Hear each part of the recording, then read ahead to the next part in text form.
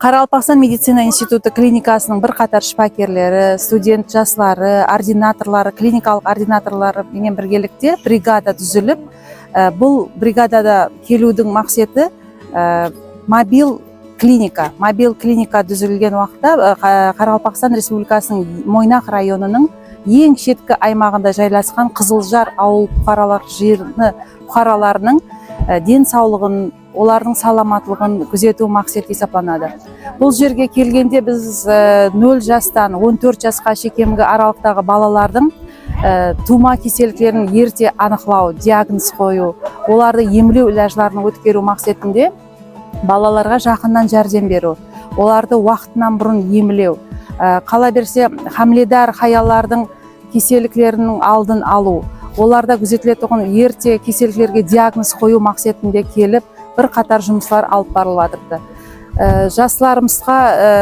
қала берсе мектептерге барып, саламат тұрмыс тәрізін енгізу бойынша, дұрыс ауқатлану жұмыстары бойынша да сәубетлесу, маслихатлер беріп, бір қатар шипакерлеріміз өзінің бейбақа маслихатлерін беруменен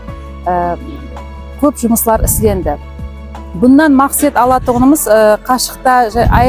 ұзақта жайласқан, ауыллардағы жайласқан халықтың арасына шипакерлер барып, оларға уақытынан бұрын ерте диагноз қою мақсатында кеселіктердің алдын алу, оларды уақытында емлеуменен бірге саламатлығын көтеру, медициналық білімін асыру, оларға көп қандай маслихатлар беру арқылы медициналық білімдерін асырылып, бұқаралар өздерінің миннетдаршылығын айтады. Бұндан басқа да тума нұқсанлары бар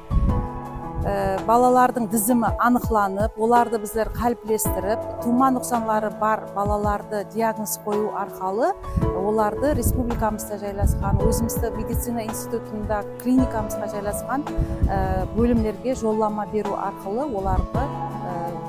сәубетлесіп, оларға түсіндіріп, ерте диагноз қойылып, ерте емленсе, балалардың денсаулығы хақында да көп маслихатлар берілді.